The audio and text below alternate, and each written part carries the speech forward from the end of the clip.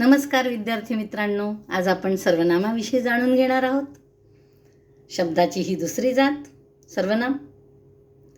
मी तुम्हाला शिकवित आहे आणि तुम्ही शिकत आहात. झाली सर्वनामाची सुरुवात. मी सर्वनाम, माझं नाव नाही घेतलं. तुम्ही शिकत आहात, तुमचं पण नाही, विद्यार्थी वगैरे. तुम्ही म्हणजे नामाच्या ऐवजी जो विकारी शब्द येतो ना, झाला सर्वनाम. मी, तुम्ही. हे एकूण 9 आहेत. एकूण 9. मी, तू, तो, हा, जो, तो, कोण, काय, आपण, स्वतः. एकूण 9 सर्वनाम आणि प्रकार 6. सर्वनाम एकूण 9 आणि त्याचे प्रकार 6. पहिला प्रकार आहे प्रथम पुरुषवाचक सर्वनाम, दुसरा दर्शक सर्वनाम, तिसरा संबंधी सर्वनाम, चौथा प्रश्नार्थक सर्वनाम, पाचवा सामान्य किंवा अनिश्चित सर्वनाम आणि 6वा आत्मवाचक सर्वनाम. आता याचा वेगळा वेगळा आपण विचार करूया. पहिला आहे पुरुषवाचक सर्वनाम. आता हे पुरुषवाचक सर्वनामाचे पण एकूण 3 प्रकार आहे. पुरुषवाचक सर्वनामाचे 3 उपप्रकार. पहिला आहे प्रथम पुरुषवाचक, दुसरा द्वितीय पुरुषवाचक आणि तिसरं बोट तृतीय पुरुषवाचक. मी हे बोटं दाखवले. सर्वनाम तुम्हाला येतं, पण छोट्या छोट्या ट्रिक्स देणार आहे की ते ओळखायचं कसं, यासाठी हा व्हिडिओ मी तयार करते. प्रथम पुरुषवाचक. मी शिकविते आहे. मी सर्वनाम हा विषय घेतलेला आहे. माझ्यापुढे माझे विद्यार्थी आहेत. तर मी, माझ्या नावाच्या ऐवजी मी, असा मी, माझे, आम्ही तुम्हाला शिकवतो आहे. तर याचे मी, आम्ही, आपण. मी, आम्ही, आपण. प्रथम पुरुषवाचक. मी शिकविते आहे, आम्ही शिकवतो आहे, आपण तर तुम्हाला शिकवतो आहे. द्वितीय पुरुषवाचक. तू, तुम्ही, आपण. आपण डबल आले, लक्षात ठेवा. तू, तुम्ही, आपण. तू शिकतो आहे, तुम्ही शिकत आहात, आपण शिकत आहात. द्वितीय पुरुषवाचक माझ्या समोरचे, माझे नाही. प्रथम, द्वितीय माझ्या डोळ्यापुढचे. आणि तृतीय पुरुषवाचक, हे बोट आहे ना, हे तसं समोर जाईल. तिकडे काय, तो, ती, ते, त्या.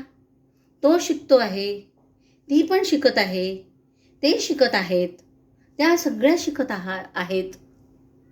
प्रथम, द्वितीय, तृतीय. कळलं? आता दर्शक सर्वनाम. डोळ्यांनी दिसतो. हा, ही, हे, तो, ती, ते.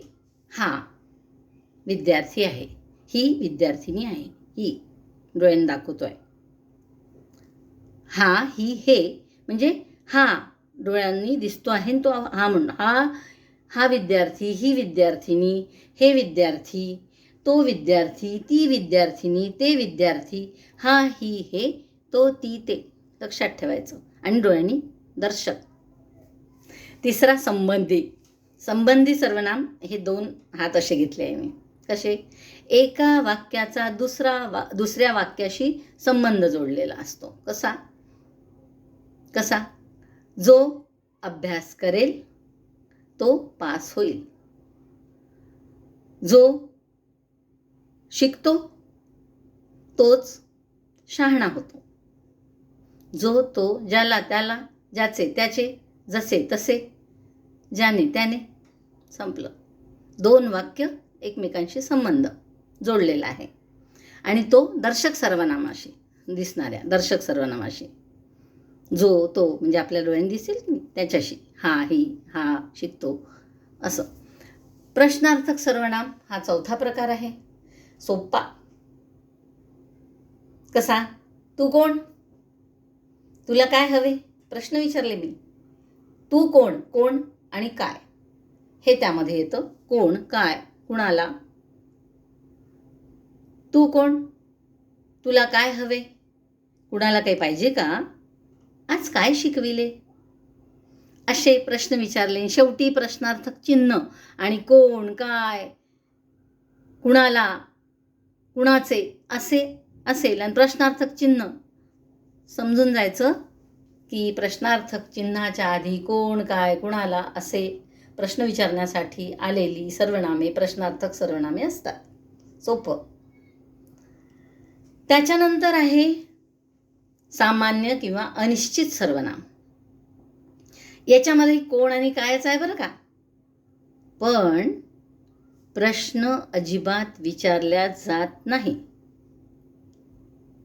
तर तिथे शेवटी पूर्णविराम असतो आणि अधोरेखित कोण काय असेल आणि पूर्णविराम असेल तर उदाहरण सांगते. कोणाला कोणी मदत केली, कोणाला कोणी मदत केली. आता इथे कोण आहे, कोणी मदत केली, अनिश्चित आहे, बस. पूर्णविराम आहे, प्रश्नार्थक चिन्ह नाही. मग सामान्य किंवा अनिश्चित सर्वनाम कोण आणि कायच आहे. ओळखायचं कसं ते सांगितलं आहे. माझ्या मनात काय आहे सांगा बरे. काय अधोरेखित सांगा बरे, पूर्णविराम. प्रश्न विचारला का नाही. हा व्हिडिओ कुणीही बघावा, कुणीही यातून शिकावं आणि कुणालाही हा पाठवावा. कोणीही आणि कुणालाही, हे सगळे अनिश्चित पूर्णविराम आहे शेवटी. जर तुम्हाला फायदा होत असेल तर नक्कीच पाठवायला पाहिजे, सबस्क्राईब करायला पाहिजे, शेअर करायला पाहिजे. हे तुम्हाला मला सांगायची गरजच नाही. आणि सगळ्यात शेवटी 6वा जो प्रकार आहे तो आहे आत्मवाचक सर्वनाम. तिथे आपण आणि स्वतः येतं. प्रथम पुरुषवाचकमध्ये पण स्वतःविषयी येतं, इथे पण आपण आणि स्वतः येतं. पण या गोष्टींमध्ये थोडासा फरक आहे. प्रथम पुरुषवाचकमध्ये काय आहे, मी आनंद व्यक्त करणार च्या ऐवजी आपण तर आनंद व्यक्त करणार. मग आपणच्या ऐवजी मी लावलं तिथे. मी म्हणजे कोणता झाला तो, प्रथम पुरुषवाचक. आपण आनंद व्यक्त करणार, आपणला खोडलं आणि तिथे मी लावलं, मी आनंद व्यक्त करणार. द्वितीय पुरुषवाचकमध्ये मात्र आपण आहे, पण कसं बघा. माझ्यासोबत तुम्ही आनंद व्यक्त करणार, या तुम्हीच्या जागी मी आपण लावते. माझ्यासोबत आपणही आनंद व्यक्त करणार. पहिले मी माझ्याविषयी आपण घेतलं होतं, दुसऱ्यांदा माझ्यासोबत आपणही आनंद व्यक्त करणार. झालं द्वितीय पुरुषवाचक. तिच्यातही आपण आहे प्रथम पुरुषवाचकमध्ये, द्वितीय पुरुषवाचकमध्ये आपण आहे. आणि तृतीय पुरुषवाचकमध्ये आत्मवाचक सर्वनामामध्ये सुद्धा आपण आहे. आत्मवाचक सर्वनामामध्ये आपण आहे. तिथे कसं, तर तिथे स्वतःबद्दलच आहे, पण तिथे आपणच्या ऐवजी मी पण नाही लावायचं आणि तू पण नाही लावायचं, तर स्वतः असं ठेवायचं. तर कसं, ते तर आपणहूनच आनंद व्यक्त करीत आहेत. मी आनंद व्यक्त करीत आहे, आपण तर बुवा आनंद व्यक्त करीत आहात. नंतर तुम्ही आनंद व्यक्त करत आहात, आपणही आनंद व्यक्त करताय. आणि ते आपणहूनच आनंद व्यक्त करत आहे. आता इथे आपणहून म्हणजे ते स्वतःच आनंद व्यक्त करत आहे. जिथे स्वतः लागतं ते आत्मवाचक, जिथे तुम्ही लागतं द्वितीय पुरुषवाचक आपण, आणि जिथे मी लागतो तिथे प्रथम पुरुषवाचक.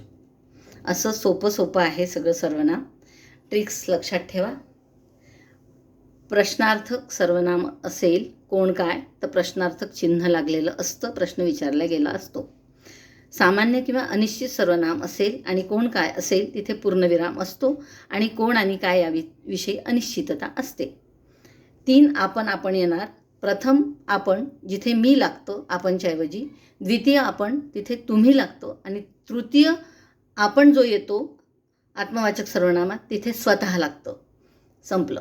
या गोष्टी जर लक्षात ठेवल्या तर सर्वनाम ओळखायला एकदम सोपं, काहीच कठीण नाही. तर मला असं वाटतं की तुम्हाला या जर छोट्या छोट्या युक्त्या लक्षात घेतल्या तर सर्वनाम आपण नक्कीच ओळखू शकाल. नमस्कार, धन्यवाद.